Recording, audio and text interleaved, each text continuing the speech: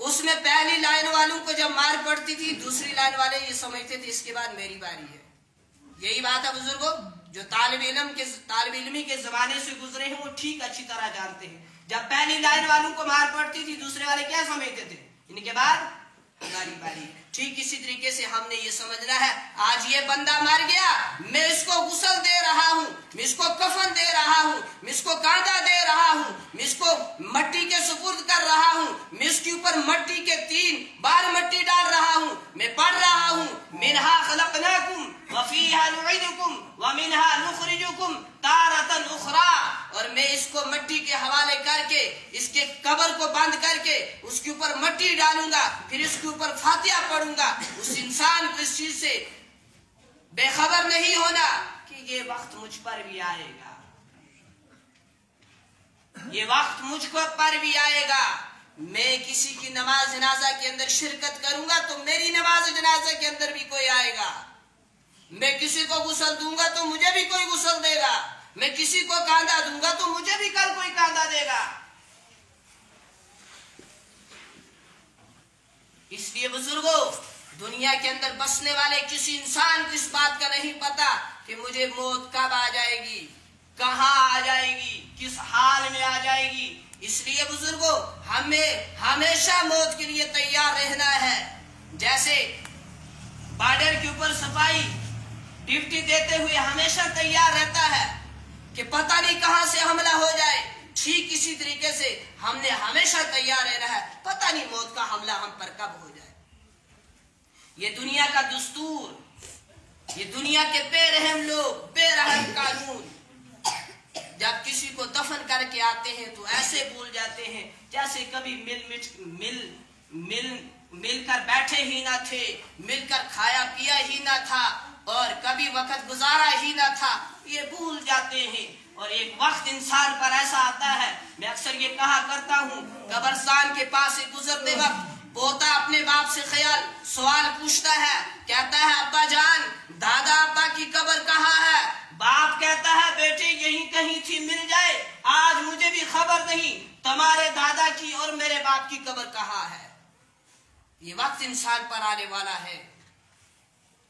اور ایک وقت انسان پر ایسا بھی آئے گا جیسے انسان پر ایک وقت وہ گزرا ہے، جیسے قرآن کہتا ہے هل اتى على الانسان حين من الدهر لم يكن شيئا مذكورا. انسان وہ وقت یاد کر جب انسان پر وہ وقت گزرا ہے جب انسان ایک ایسی شے تھا جس کا کوئی قابل ذکر نہیں تھا. لیکن انسان پھر جب اللہ نے اس کو پیدا کیا، جب اللہ نے اس کو بولنا سکھایا، جب اللہ نے اس کو دیکھنا سکھایا، جب اللہ نے اس کو چلنا سکھایا، جب اللہ نے اس کو پکڑنا سکھایا، جب اللہ نے اس کو سننا سکھایا، جب اللہ نے اس کو ہر چیز دکھائی، ہر چیز سکھائی، تو پھر انسان باغی ہو گیا. پھر اس انسان نے اپنے رب کا در چھوڑ دیا. پھر اس انسان نے رب کے سامنے سجدہ کرنے کے بجائے کسی اور کے سامنے ماتھا ٹیکنا شروع کر دیا. پھر اس انسان نے اپنے رب سے مانگنے کے بجائے غیروں سے مانگنا شروع کر دیا. اور پھر انشاءاللہ انسان کے اوپر ایک وقت وہ بھی آتا ہے جب انسان کے جسم سے روح نکل جاتی ہے، انسان دوسروں کا محتاج ہو جاتا ہے. پھر لوگ اسے غسل دیتے ہیں. پھر اس کا جسم کے اندر طاقت نہیں رہتی کہ یہ اپنے آپ کو خود اٹھ کر غسل دے سکے، خود غسل کر سکے. جب جان نکل گئی یہ دوسروں کا محتاج، یہ پڑا ہوا ہے، اس کو کوئی اس سائڈ سے غسل دے، اس سائڈ سے غسل دے، پھر اس کو غسل دیا جاتا ہے. اور پھر حکم یہ دیا جاتا ہے زیادہ ٹھنڈا پانی بھی مت ڈالو اسے ٹھنڈک لگ جائے، اور زیادہ گرم بھی نہ ڈالو کہ جل جائے. اس کو اچھے پانی سے غسل دو. جب غسل دیا جاتا ہے پھر حکم ہوتا ہے پھر اس کو کفن دے دو، اور اس کو کفن دے دو، اس کو کفن کے ساتھ اس کو کیا کرو، کفن کے ساتھ ڈانپ دو. پھر انسان کے اوپر کفن ڈالا گیا. ایک وہ وقت ہوا کرتا تھا جب انسان کے ساتھ، جسم کے ساتھ، کپڑوں کے ساتھ، لباس کے ساتھ ذرا برابر بھی مٹی لگتی تھی انسان اس کو نیچے گراتا تھا، مٹی سے دور بھاگتا تھا. پھر وقت وہ بھی آیا کہ اس کے باپ ہی نے اپنے ہاتھوں سے مٹی اٹھا کر بیٹے کی میت کے اوپر ڈال دی. پھر جب غسل دیا گیا، کفن دیا گیا، اور اس کے بعد حکم ہوا کیا کرو، اب نماز جنازہ پڑھو. اب اس کو آگے رکھا ہوا ہے، نہ غسل دیا گیا، اور جب انسان مر گیا ہزاروں کی تعداد میں لوگ آتے ہیں، مجھے اس کا منہ دیکھنا ہے، مجھے اس کا چہرہ دیکھنا ہے، پھر لاکھوں کی تعداد میں لوگ آ کر اس کا چہرہ دیکھتے ہیں، مگر اس وقت یہ انسان بالکل بے بس بے کس پڑا ہوا ہوتا ہے۔ پھر غسل دیا گیا، پھر کفن پہنا دیا گیا، اب حکم دیا گیا اس کو کاندھوں پر اٹھاؤ، نماز جنازہ ادا کرو، پھر نماز جنازہ پڑھی گئی، پھر آپ کیا کرو، اس کو لے جاؤ، سپرد خاک کر کے آ جاؤ، اس کو مٹی کے منو کے حساب سے مٹی کے نیچے دفن کر کے آ جاؤ۔ اور آج انسان کھلے منہ نہیں اللہ کی طرف آتا، ایک وقت آئے گا انسان منہ چھپا چھپا کر اللہ کی طرف آئے گا، اس وقت جب اس کا چہرہ کفن کے اندر چھپا ہوا ہوگا، قبل ہم پر یہ وقت آ جائے ہم کھلے منہ اپنے رب کی طرف آ جائے، اس کو منا لے، اس کو راضی کر لے۔ جب انسان کے اوپر آخری وقت آتا ہے، جب انسان مرنے لگتا ہے تو قرآن مجید کے اندر آتا ہے فَإِذَا جَاءَ أَجَلُهُمْ لَا يَسْتَأْخِرُونَ سَاعَةً وَلَا يَسْتَقْدِمُونَ، جب انسان کا وقت آ جاتا ہے پھر نہ ایک سیکنڈ آگے نہ پیچھے ہوتی ہے، اور پھر انسان کہتا ہے قَالَ رَبِّ ارْجِعُونِ لَعَلِّي أَعْمَلُ صَالِحًا فِيمَا تَرَكْتُ كَلَّا، یا اللہ تھوڑے وقت کے لیے مجھے مہلت دے دے، تھوڑے وقت کے لیے مجھے واپس جانے کی اجازت دے دے، میں تجھے راضی کروں گا، میں 5 وقت کی نمازیں پڑھوں گا۔ ہاں آج سردیوں میں فجر ادا نہیں ہوتی، اس وقت کہے گا تہجد بھی مسجد ہی میں ادا کروں گا، تو مجھے واپس چھوڑ دے، مگر آگے سے جواب دیا جائے گا کلا کلا، ہرگز نہیں ہرگز نہیں، تمہیں جو وقت دیا تھا وہ تم نے گزار دیا، اب تمہارا آخری وقت ہے، اب تم نے ہمارے پاس آنا ہے۔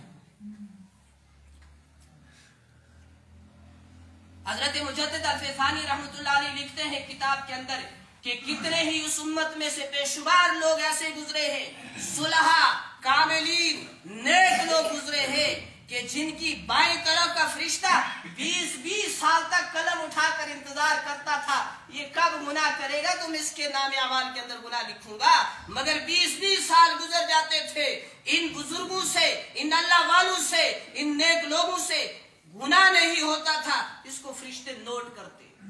20 سال کہنے کو تو آسان ہے، 20 سال گزرتے ہوئے بڑا پتہ چلتا ہے، کہنے کو تو 1 سیکنڈ لگا، 20 سال کا لفظ ادا ہو گیا، مگر وقت جب گزرتا ہے اس وقت پتہ چلتا ہے۔ لکھا ہے کتاب کے اندر 20 سال تک ایسے گزرے اس امت میں سے لوگ، 20 سال تک وہ گناہ نہیں کرتے تھے، نافرمانیاں نہیں کرتے تھے، فرشتے 20 سال تک انتظار کرتے تھے کب یہ گناہ کرے گا تو میں لکھوں گا، مگر انہیں موقع نہیں دیتے تھے یہ لوگ۔ ہمیں سے ہے کوئی ایسا ہے اس دور کے اندر؟ مجھے تو ایسا لگتا ہے ہم ایسے ہیں کہ ان بیچاروں کو ریسٹ ہی نہیں ملتا ہوگا، گناہ لکھتے ہوئے فرصت ہی نہیں ملتی ہوگی، اللہ حفاظت فرمائے۔ امام غزالی رحمۃ اللہ علیہ نے بڑی عجیب بات فرمائی، فرماتے ہیں او دوست تجھے کیا خبر، بازار میں وہ کپڑا پہنچ چکا ہے جس کپڑے سے تمہارا کفن بننے والا ہے۔ حقیقت میں یہاں ہم شادی کے اندر مشغول ہیں، ہم یہاں کسی اور تقریبات کے اندر مشغول ہیں، کسی اور خوشی کو انجوائے کر رہے ہیں، یہاں ہماری موت کا وقت قریب آ چکا ہے۔ اور بزرگوں وہ بھی لکھا جا چکا ہے، ہمیں غسل کس نے دینا ہے، ہمیں کفن کس کپڑے سے ملے گا، کس نے دینا ہے، کس نے پہنانا ہے، میری نماز جنازہ کون پڑھے گا، مجھے دفن کون کرے گا، میری قبر کے اوپر مٹی کون ڈالے گا، یہ سب کچھ لکھا جا چکا ہے۔ ہم موت کو بھول جاتے ہیں، موت ہمیں نہیں بھولتی۔ یہ دنیا کا نظام ایسے ہی چلتا ہے، آپ اس وقت بھی تجربہ کر کے دیکھیں، کہیں لوگ دنیا کے اندر ایسے پائے جاتے ہیں جو اس وقت کی ہم مثال لے لیں، جو اس وقت بازار جا رہے ہوں گے اپنے بیٹے کے لیے، وہ دلہا بن رہا ہے، اس کے لیے وہ شروانی وغیرہ، وہ دلہا بننے کا لباس خریدنے کے لیے، اور اس وقت ہی ہم مثال لے لیں کافی باپ ایسے ہوں گے جو اس وقت بازار کے اندر جا رہے ہوں گے، میرا بیٹا مر چکا ہے، میں کفن خرید کر لاؤں، میں اسے پہنا کر قبر کے حوالے کروں گا۔ یہ نظام چل رہا ہے یا نہیں چل رہا؟ یہ ایسے ہی چلتا رہے گا تب تک جب تک دنیا کے اندر ہر بسنے والا انسان موجود ہے۔ اور اس موت سے نہ ابو بکر محفوظ رہے، نہ عمر محفوظ رہے، نہ علی محفوظ رہے، نہ عثمان محفوظ رہے، نہ ہی فرعون جیسا متکبر بادشاہ محفوظ رہا، نہ ہی موسیٰ کلیم جیسا انسان محفوظ رہا، نہ اس موت سے نمرود جیسا بادشاہ محفوظ رہا، نہ ہی ابراہیم خلیل اللہ محفوظ رہے، ارے اور کوئی محفوظ نہیں رہا۔ ہم ان کی مثال لے لیں، جس نبی کے لیے، جس ہستی کے لیے اللہ رب العزت نے دو جہاں بنائے تھے، یہ زمین آسمان، چاند سورج ستارے، دنیا کی ہر چیز کو پیدا کیا تھا، وہ انسان بھی، وہ ہستی بھی، وہ نبی بھی، وہ پیغمبر بھی، وہ رسول بھی 63 سالہ زندگی گزارنے کے بعد اس دنیا سے پردہ فرما جاتا ہے۔ آپ جان چکے ہوں گے وہ نبی کون تھا؟ وہ نبی تھے حضرت محمد عربی صلی اللہ علیہ وسلم، جن کے لیے سب کچھ بنا گیا تھا، بنایا گیا تھا۔ اگر وہ نہیں رہے اس دنیا کے اندر، اور کون رہنے کا مستحق ہے اس دنیا کے اندر؟ قبر بزرگوں، ہم نے ایک نہ ایک دن مر جانا ہے، ایک نہ ایک دن چلے جانا ہے، لیکن عقل مند اور دانا شخص اور اچھا انسان کون ہے مرنے والا؟ مرنا تو سب نے مرنا ہے، لیکن بہتر مرنے والا کون ہے؟ جو اللہ کو راضی کر کے جائے، جو موت کی بعد کی زندگی کی تیاری کر کے جائے۔ ہم ایک لمحے کے لیے سوچیں، گریبان کے اندر جھانک کر دیکھیں، دل کے اوپر ہاتھ رکھ کر سوچیں، پاک جگہ بیٹھے ہوئے ہیں، کیا ہم نے اس وقت آخرت کا توشہ جمع کیا ہے؟ آخرت کا سفر بڑا لمبا سفر ہے۔ امام غزالی علیہ رحمہ فرماتے ہیں، دنیا کے اندر جتنی جگہ ہے، یعنی زمین سے لے کر آسمان کی جو خلا ہے، اس خلا کو سرسوں کے دانوں سے بھر دیا جائے۔ سرسوں کے دانے جانتے ہیں آپ لوگ؟ ہاں، سریوں کے دانے، کون بھول سکتے ہیں؟ آج تک کھاتے آئے ہیں الحمدللہ۔ فرماتے ہیں سرسوں کے دانے سے زمین سے لے کر آسمان تک کی خلا کو بھر دیا جائے، 1000 سال کے بعد پرندے کو چھوڑا جائے، 1000 سال کے بعد پرندہ آئے اور پھر ایک ساتھ سارے نہیں، ایک ایک دانہ کر کے اٹھائے۔